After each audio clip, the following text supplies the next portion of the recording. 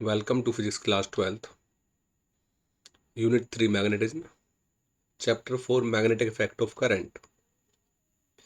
And topic of today's discussions are moving coil galvanometer, conversion of galvanometer to ammeter and voltmeter, difference between ammeter and voltmeter.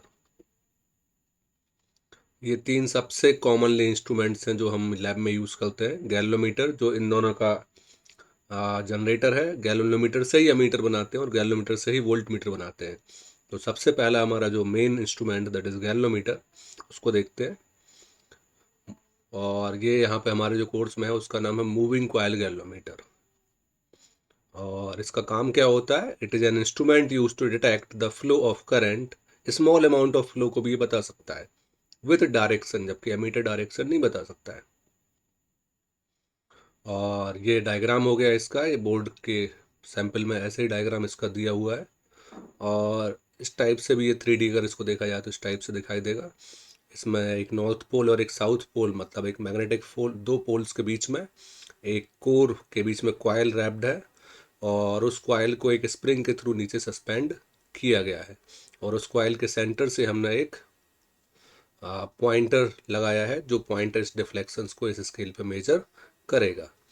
और ये इसमें ये जो coil है ये rectangular coil है। इस कॉइल में करंट फ्लो कराएंगे और जो नीचे जो स्प्रिंग लगा है इस कोर के बीचों बीच नीचे एक टॉर्जन स्प्रिंग लगाया जाएगा, जो इसमें जैसे ही कॉइल घूमेगी तो इसमें टर्न्स आएंगे और वो टर्न्स रीस्टोरिंग टॉर्क और रोटेटिंग टॉर्क को बैलेंस करने का काम करेंगे। और ये भी इसका एक डायग्राम है, जैसा कि आपके लैब में इंस्ट्रूमेंट रहते तो उसके हिसाब से इसको फैब्रिकेट किया गया है। फिर से ये एक रेक्टेंगुलर कॉइल दिखाई दे रही है। इस कॉइल में हम करंट फ्लो करेंगे। ये कॉइल यूनिफॉर्म मैग्नेटिक फील्ड के बीच में रखी हुई है, तो इसमें टॉर्क एक्सपीरियंस होगा। हमने पढ़ा है बिना sine alpha, BINIBA sine alpha, तो वो इतना इस पर टॉर्क जनरेट होगा। और वो टॉर्क नीचे एक इसके सबसे नीचे देखेंगे तो एक सस्पेंडेड स्प्रिंग लगा हुआ है जिससे इसको फिक्स किया गया है, जिससे कि ये पंखे जैसा गोल नहीं घूमेगा और उसमें टॉर्जन में बैंड आएंगे और जिसकी वजह से ये एक एंगल पे जाके रुक जाएगा। प्रिंसिपल क्या है इसका? When a current carrying conductor, when a current carrying coil placed in uniform magnetic field it experience rotational force या rotational torque which can be balanced by restoring force of torsion spring. नीचे की spring लगाया, जो जितना ज़्यादा torque लगाओगे उतना ज़्यादा वो एंगल यहाँ पे देगा। तो रोटेटिंग टॉर्क का हमारे पास फॉर्मूला था NIBA साइन फाई, और रीस्टोरिंग टॉर्क का formula F equal to minus k x होता है। और F की जगह पे अगर हम टाउ लाएंगे तो एक्स की जगह पे यहाँ पे अल्फ़ा जो एंगल आएगा वो आ जाएगा। जितना एंगल इसमें अल्फ़ा, वो एंगुलर ट्विस्ट है जो इस कॉइल में आएगा और इस कॉइल की वजह से इस पॉइंटर पे शो होगा। जितना ज़्यादा कॉइल मूव करेगी उतनी ज़्यादा पॉइंटर मूव करेगा। सो दोनों अगर इक्विलिब्रियम में है तो रीस्टोरिंग फोर्स और रोटेटिंग टॉर्क इक्वल होंगे। NIBA sine phi equal to k alpha, I equal to आ जाएगा K/NBA sine phi into alpha. और K/NBA साइन फाई पूरा कांस्टेंट है। और साइन फाई यहाँ पे रेडियल मैग्नेटिक फील्ड अगर हम लेंगे तो फाई की वैल्यू यहाँ पे 90 और साइन 91 हो जाएगा, जिसकी वजह से यहाँ मैक्सिमम डिफ्लेक्शन आएगा। क्वेश्चन आता है what is the importance of radial magnetic field, तो K/NBA भी हो सकता है। तो पहले हम यही देख लेते हैं रेडियल मैग्नेटिक फील्ड होता क्या है। अगर हमने ये जो पोल्स थे, अगर मैग्नेटिक के पोल्स को अगर हम रेडियली ऐसे बनाएं कि ये एक सरकमफेरेंस का काम करें और इनका जो मैग्नेटिक फील्ड हमें मालूम है radius is always perpendicular to circumference, तो जो मैग्नेटिक फील्ड लाइंस जो निकलेंगी वो इस पर हमेशा रेडियली परपेंडिकुलरली लगेंगी और जो इसमें टॉर्क आएगा वो मैक्सिमम आएगा। तो साइन फाई यहाँ पर 0 हो जाएगा, साइन फाई 90 साइन 91 हो जाएगा और उसकी वजह से आई इक्वल टू K/NBA मैक्सिमम आएगा। और यहाँ पे फाई की वैल्यू, अल्फ़ा की वैल्यू मैक्सिमम आएगी। तो I equal to G alpha हो गया। यहाँ G is a galvanometer constant, G equal to K/NBA। इससे गैल्वनोमीटर की सेंसिटिविटी भी निकालते हैं। और गैल्वनोमीटर की सेंसिटिविटी किस किस पे डिपेंड करेगी? के पे डिपेंड करेगी, के जितना ज़्यादा होगा NBA पे डिपेंड करेगी। तो सेंसिटिविटी रेसिप्रोकेट में होगी, जी जितना ज़्यादा होगा सेंसिटिविटी उतनी कम होगी। जैसे कि हमने पोटेंशियोमीटर में भी पढ़ा था, तो क्योंकि जी इक्वल टू I/अल्फ़ा आएगा। ऐसे ही अब हमारे पास नेक्स्ट है इसमें करंट सेंसिटिविटी, मतलब deflection of galvanometer per unit current. अगर हम 1 एम्पियर करंट फ्लो करें तो कितना डिफ्लेक्शन आएगा, मतलब alpha upon I equal to N B A upon K. और ऐसे voltage sensitivity, deflection per unit applied voltage. So अगर अल्फा करेंगे, अल्फा अपॉन वी करेंगे तो V equal to I R होता है। तो आई तो यहाँ बचा रहेगा, आर सेकंड साइड चला जाएगा, तो N I B A upon K, तो आई नीचे आ गया, आई इंटू आर का डिवाइड करना पड़ा, तो alpha upon V equal to N B A upon K R, that is called voltage sensitivity. Now हम इस गैल्वेनोमीटर को एमीटर में कैसे कन्वर्ट करेंगे। एमीटर एक ऐसा डिवाइस है which use to measure the current. So अगर हम इस गैल्वेनोमीटर के पैरेलल में एक स्मॉल रेजिस्टेंस वायर, जिसको हम शंट भी बोलते हैं, अगर वो लगा दें तो फिर ये अमीटर के जैसे वर्क करेगा और इसकी रेंज भी हम फिक्स कर सकते हैं।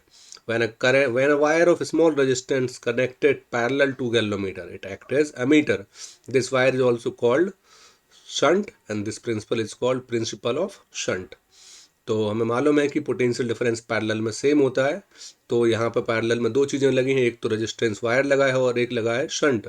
तो शंट और रेजिस्टेंस वायर का पोटेंशियल डिफरेंस सेम होगा, मतलब I G into G equal to I minus I G into S. हमने माना आई करंट आ रही जिसमें से आई जी करंट ऊपर चली गई और आई माइनस आई जी करंट जो बची हुई करंट थी वो शंट से पास हो गई, मतलब हमने एक बाईपास दे दिया। ये केवल एक सैंपल अमाउंट लेगा, बाकी सारी अमाउंट, क्योंकि current always follow easiest path और शंट लो रेजिस्टेंस वायर है, तो यहाँ से जो मैक्सिमम करंट यहाँ से आएगी और एक रेशनेल, एक प्रोपोर्शनेट करंट यहाँ जाएगी, जो एक इंडिकेटर के थ्रू हमें यहाँ पे शो होगी, क्योंकि गैल्वेनोमीटर बहुत कम रेजिस्टेंस देती है तो उसकी बहुत सारी करंट यहाँ से निकल जाएगी, एक प्रोपोर्शनेट करंट यहाँ से जाएगी जो हमें रीडिंग के थ्रू बता देगी कि कितनी करंट है।